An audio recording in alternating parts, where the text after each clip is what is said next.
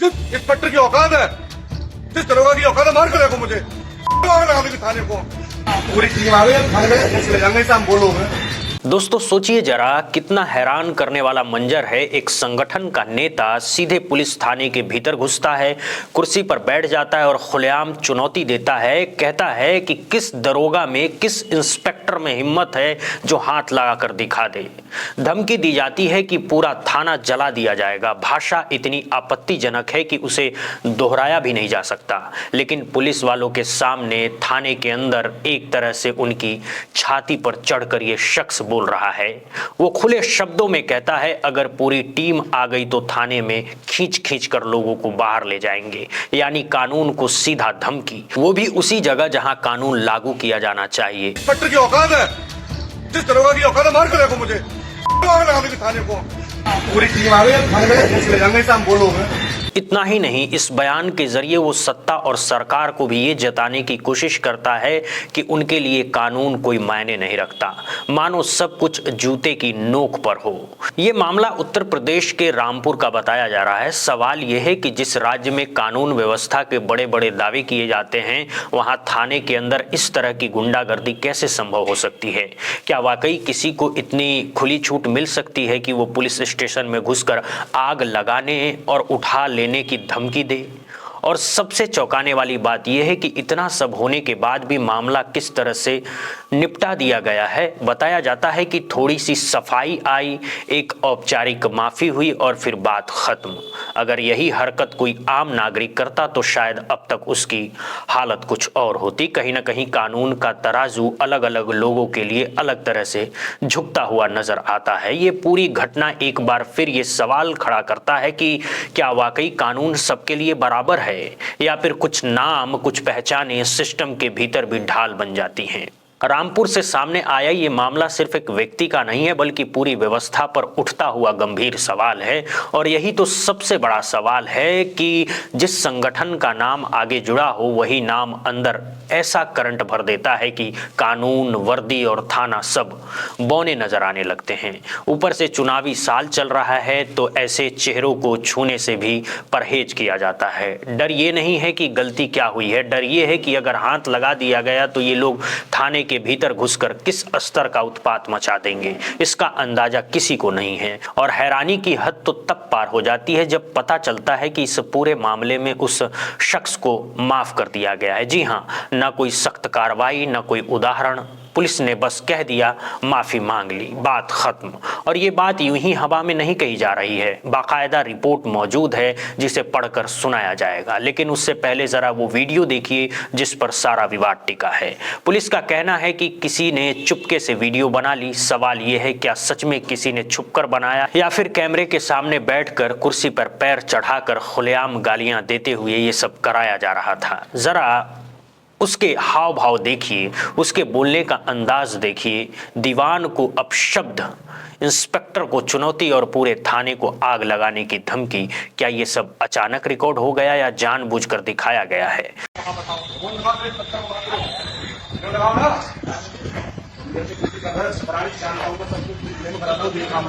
मुझे बता रहे हो यहाँ का पुलिस का रवैया चाहिए, कैमरी पुलिस का। मैं बजरंग का कार्यकर्ता सूरज पटेल। यहाँ पर पुलिस जो है, एक जिहादी मामला है, वहां पर मैं उससे मिलने गया तो ये लोग मुझे वहां से हटा रहे हैं, मुझे उससे बात नहीं करने दे रहे हैं। इन्हें शर्म आनी चाहिए कि मैं ये करने क्या आया हूँ। हिंदुत्व के लिए मर रहा हूँ और मैं बाहर से आ रहा हूँ अपने गाँव से, मिलर से चल गया हूँ यहाँ पर। इन्हें शर्म नहीं आ रही है, अपने दबंगई में रहते हैं।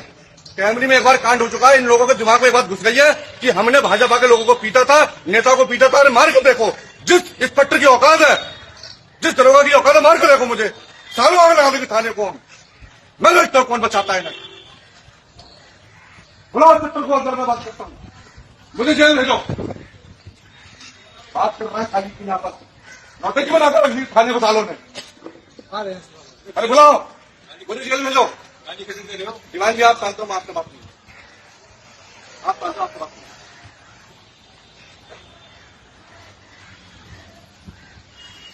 चौहान साहब को बुलाओ, मैं बात करूंगा। चौहान साहब मुझे जानते हैं।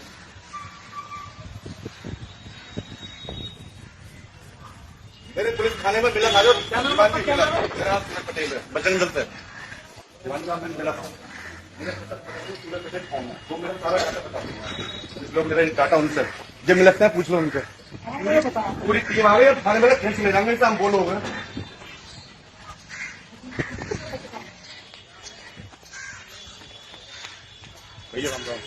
बताया जा रहा है कि ये रामपुर का ही मामला है और थाने के भीतर ये सब कुछ करने वाला व्यक्ति बजरंग दल का स्थानीय संयोजक सूरज पटेल है, जिसने सीधे तौर पर थाना जलाने की धमकी दी। अब आप जरा आम हालात से इसकी तुलना कर लीजिए। किसी चौराहे पर अगर कोई आम आदमी किसी सिपाही से जरा भी ऊंची आवाज में बात कर ले तो आगे क्या होता है ये किसी को बताने की जरूरत नहीं है। उत्तर प्रदेश पुलिस की सख्ती के किस्से तो इतने मशहूर हैं कि गिनाने बैठे तो वक्त कम पड़ जाएगा, लेकिन यहाँ तस्वीर बिल्कुल उल्टी है।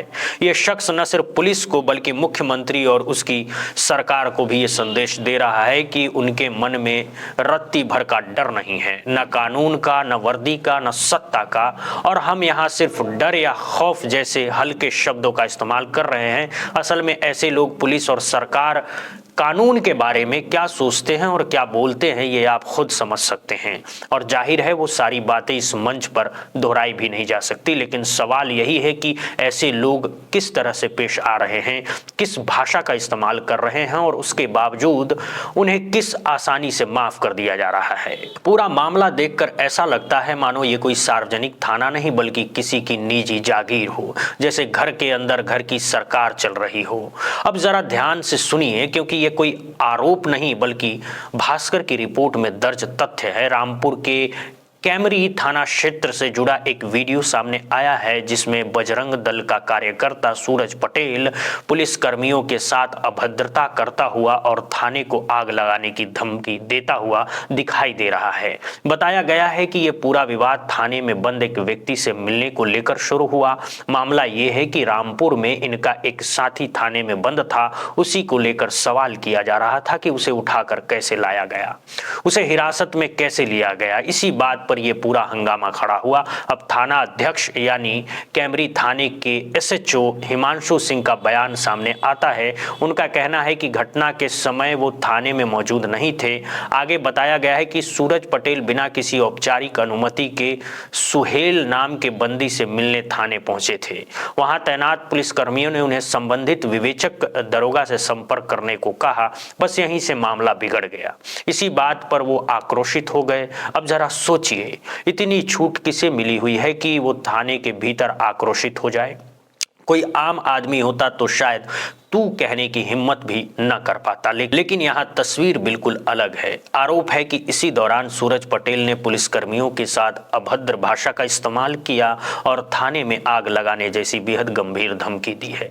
इस पूरे घटनाक्रम का किसी व्यक्ति ने वीडियो बना लिया जो बाद में सोशल मीडिया पर वायरल हो रहा है। वीडियो वायरल होने के बाद और किसी संभावित पुलिस कार्रवाई से पहले ही सूरज पटेल की तरफ से एक माफीनामा वीडियो जारी किया गया है। उस वीडियो में उन्होंने कहा है कि उन्होंने आवेश में आकर ये सब कहा और उनकी ऐसी कोई मंशा नहीं थी। इसके बाद पुलिस अधीक्षक विद्यासागर मिश्र का बयान आता है। उनका कहना है कि पुलिस द्वारा किसी भी तरह की कार्रवाई किए जाने से पहले ही संबंधित व्यक्ति ने सार्वजनिक रूप से माफी मांग ली थी, इसीलिए उसे माफ कर दिया गया।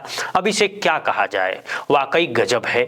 शायद तालियां बजानी चाहिए, ऐसी पुलिसिंग के लिए सैल्यूट ठोकना चाहिए। एक ऐसा व्यक्ति जो दिन दहाड़े थाने में घुसकर धमकी दे रहा है, आग लगाने की बात कर रहा है, खींच कर ले जाने की चेतावनी दे रहा है, और वो भी बिना किसी नशे के। वीडियो में साफ दिख रहा है कि दिन का वक्त है, करीब 10-11 बजे का समय है, धूप खिली हुई है। वो आदमी आराम से कुर्सी पर बैठा है, खुलेआम गाली दी जा रही है, आग लगाने की बातें कही जा रही है, पूरी टीम के आने का डर दिखाया जा रहा है और इसके बावजूद ऐसे व्यक्ति को माफ कर दिया जाता है। यही इस पूरे मामले का सबसे बड़ा और सबसे डरावना सवाल है। दरअसल सच्चाई यही है कि यह आदमी वीडियो वहां बनवाने ही गया था। ऐसे लोगों की फितरत ही यही होती है कि पहले हंगामा करो, फिर कैमरा चलाओ और उसके बाद वही वीडियो अपनी सोशल मीडिया पर डालकर ये दिखाओ कि देखो हमारा रुतबा क्या है। हमारी ही चलती है, ये संदेश दिया जाता है कि हमें कोई रोक नहीं सकता, हमारे सामने किसी दूसरे की कोई हैसियत नहीं है। फिर यही वीडियो दिखाकर पूरे इलाके में दहशत बनाई जाती है, लोगों को डराया जाता है कि अगर हम थाने में घुसकर पुलिस के साथ ऐसा कर सकते हैं तो तुम्हारे साथ क्या कर सकते हैं, इसका अंदाजा लगा लो। ऐसे लोग वीडियो दर वीडियो चलाते हैं, दिखाते हैं और अपने इलाके में दबदबा कायम करते हैं। आप सब समझते हैं कि ऐसे लोग आगे चलकर किन किन गतिविधियों में लिप्त रहते हैं। अब मैं सीधे तौर पर पुलिस अधीक्षक से सवाल पूछना चाहता हूं। साहब, कोई भी व्यक्ति थाने के अंदर घुसकर खुलेआम ये कहे कि थाने को जला देंगे, पुलिस को उठा लेंगे, और ये सब उस वक्त जब कई पुलिसकर्मी वहां मौजूद हों, तो क्या ये सामान्य बात है? यहाँ कोई दो पक्षों का आपसी झगड़ा भी नहीं है, ये सीधी सीधी धमकी पुलिस को दी जा रही है। पुलिस तो आमतौर पर दो पक्षों को भी थाने में एक दूसरे को गाली देने नहीं देती। कहा जाता है ये थाना है, तुम्हारा घर नहीं, नीचे आवाज में बात करो, तमीज से बैठो। लेकिन यहाँ एक व्यक्ति पुलिस के सामने पुलिस को ही गाली दे रहा है, धमका रहा है, और उस पर कोई कार्रवाई नहीं होती है। मैं एक नागरिक की हैसियत से पूछना चाहता हूँ, पुलिस अधीक्षक साहब, मुख्यमंत्री योगी आदित्यनाथ जी, क्या यही कानून है? क्या कोई व्यक्ति थाने में घुसकर इस तरह की धमकी देगा और उस पर कोई कार्रवाई नहीं होगी? आप किस तरह का उदाहरण स्थापित करना चाह रहे हैं? क्या कल कोई और भी आएगा, गाली देगा, धमकी देगा और फिर एक माफी वीडियो बनाकर बच जाएगा? कमाल है साहब।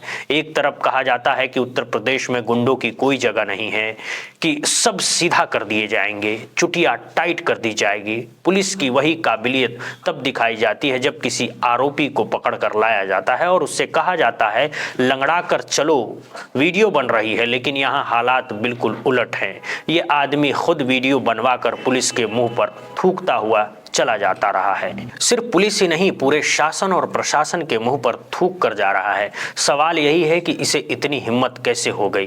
कैसे ये पुलिस के बिल्कुल सामने, उसके कान के पास जाकर, उसकी छाती पर चढ़कर ये कहने की हिम्मत कर रहा है कि अगर पूरी टीम आ गई तो यहाँ से खींच कर ले जाएंगे? इस बात का आखिर मतलब क्या है? ये सिर्फ एक धमकी नहीं है, ये खुलेआम कानून को चुनौती है। जरा एक बार फिर सोचिए, जरा एक बार फिर सुनिए और तय कीजिए कि ये मामला सिर्फ एक वीडियो का है या पूरे सिस्टम पर लगा एक बड़ा सवाल है।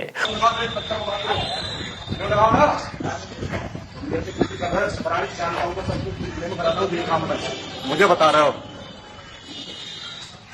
यहाँ का पुलिस का रवैया सही है, कैमरी पुलिस का। मैं बजेंद्र का कार्यकर्ता सूरज पटेल, यहाँ पर पुलिस जो है एक जिहादी मामला है, वहां पर मैं उससे मिलने गया तो ये लोग मुझे वहां से हटा रहे हैं, मुझे उससे बात नहीं करने दे रहे हैं। इन्हें शर्म आनी चाहिए कि मैं ये करने क्या आया हूँ, हिंदुत्व के लिए मर रहा हूँ और माधव मैं बाहर से आ रहा हूँ अपने गाँव से, मिनट से चल गया हूँ यहाँ पर। इन्हें शर्म नहीं आ रही है, अपने दबंगई में रहते हैं। कैमरी में एक बार कांड हो चुका है, इन लोगों के दिमाग में एक बात घुस गई है कि हमने भाजपा के लोगों को पीटा था, नेता को पीटा था। अरे मार के देखो, जिस इंस्पेक्टर की औकात है, जिस दरोगा की औकात है, मार के देखो मुझे। सालों आगे लगा देगी थाने को हम। मैं देखता हूँ कौन बचाता है। बुलाओ इंस्पेक्टर को, अंदर में बात करता हूँ, मुझे जेल भेजो। बात कर रहे हैं खाली की, यहाँ पर नौटंकी बनाकर रखी थाने बसालों ने। अरे बुलाओ, मुझे जेल भेजो। दीवान जी आप शांत हो, मैं आपसे बात नहीं, आप शांत हो, आपसे बात नहीं।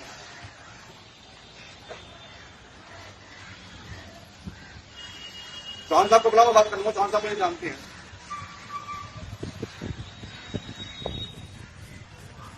मेरे पुलिस थाने में मिला था जो पटेल है, बजरंग दल से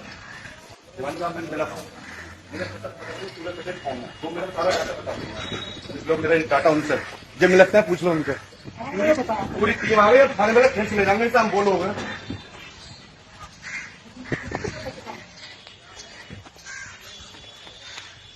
और इसी उत्तर प्रदेश में अगर विपक्ष का कोई नेता किसी पीड़ित परिवार से मिलने जाना चाहता है तो उसे रास्ते में ही रोक दिया जाता है।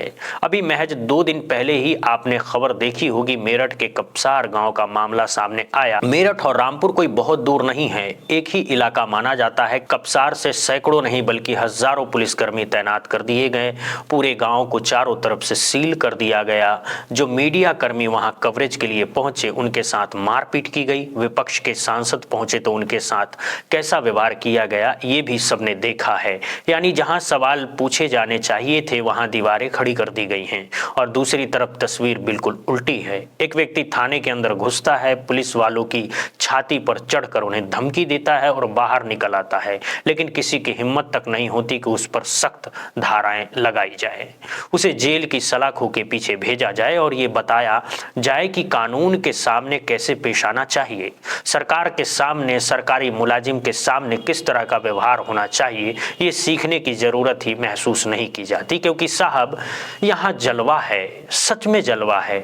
इसे ही तो जलवा कहते हैं योगी आदित्यनाथ जी। यही तो वो जलवा है, बजरंग दल का जलवा, ताकत का जलवा, वही दल बल जिसके नाम पर कुछ लोग खुद को कानून से ऊपर समझने लगते हैं।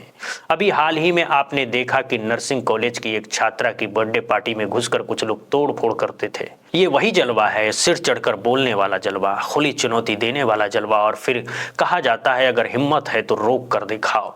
तो साहब अगर वाकई हिम्मत है तो इस जलवे को कम करके दिखाइए, वरना अक्सर देखा जाता है कि शक्ति कहीं और दिखाई जाती है, रेहड़ी पटरी वालों पर, गरीबों पर, पिछड़ों पर, अल्पसंख्यकों पर वही कानून का पूरा जोर नजर आता है।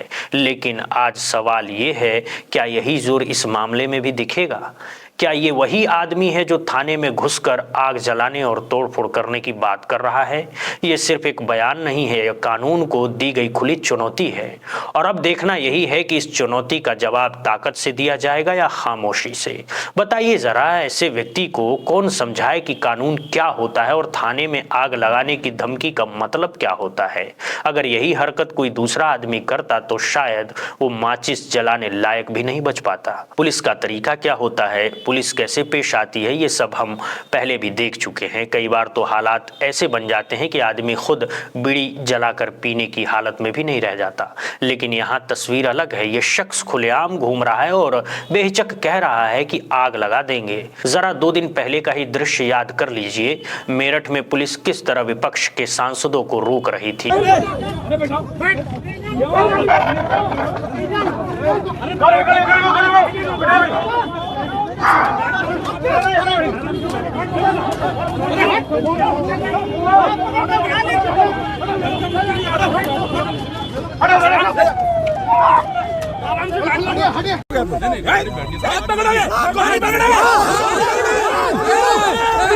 हम आपकी नौकरी कर रहे हैं तो वापस चले जाए। अच्छा, आप क्यों कहते बार बार वापस चले जाए? क्यों चले जाए वापस? ये बार बार आप कहते वापस चले, हम अच्छा हम नहीं जा रहे, क्या करेंगे आप क्यों रोक रहे हैं हमें? ये आपके रुकने से रुक जाए, आपके रुकने से आप पुलिस के अधिकारी, आप अपनी ड्यूटी करिए। हम एक पॉलिटिकल पार्टी को चलाते तो हमें आप दिशा निर्देश देंगे, दिक्कत नहीं है ना? नहीं, आप हमें ज्ञान दिए जा रहे हैं। एक चुनावा सांसद कपसाड़ नहीं जा सकता। एक चुनावा सांसद, ये शब्द आपके कान में और आपके बच्चों के, आपकी बहनों के, माओ के कान में गूंजने चाहिए जो मैं आपसे कह रहा हूं। क्यों कह रहा हूं याद रखना, एक चुनावा सांसद कपसाड़ नहीं जा सकता। क्यों? क्योंकि कपसाड़ पाकिस्तान में है, मेरठ में नहीं है। समय बदलेगा, मैं भी नहीं हूं, आप भी नहीं हो और सब लोग भी नहीं।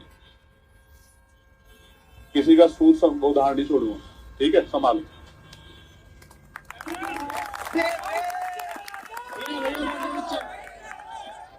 एक सांसद जो जनता के वोट से चुनकर आया है, उसके साथ पुलिस इस तरह पेश आती है और दूसरी तरफ बजरंग दल का एक टैग है, न कोई भर्ती परीक्षा, न कोई लिखित परीक्षा, न कोई चुनाव, कुछ भी नहीं करना, बस छाती पर बजरंग दल का नाम लगा लो और जैसे ही वो टैग लग गया, छाती 56 इंच का हो गया।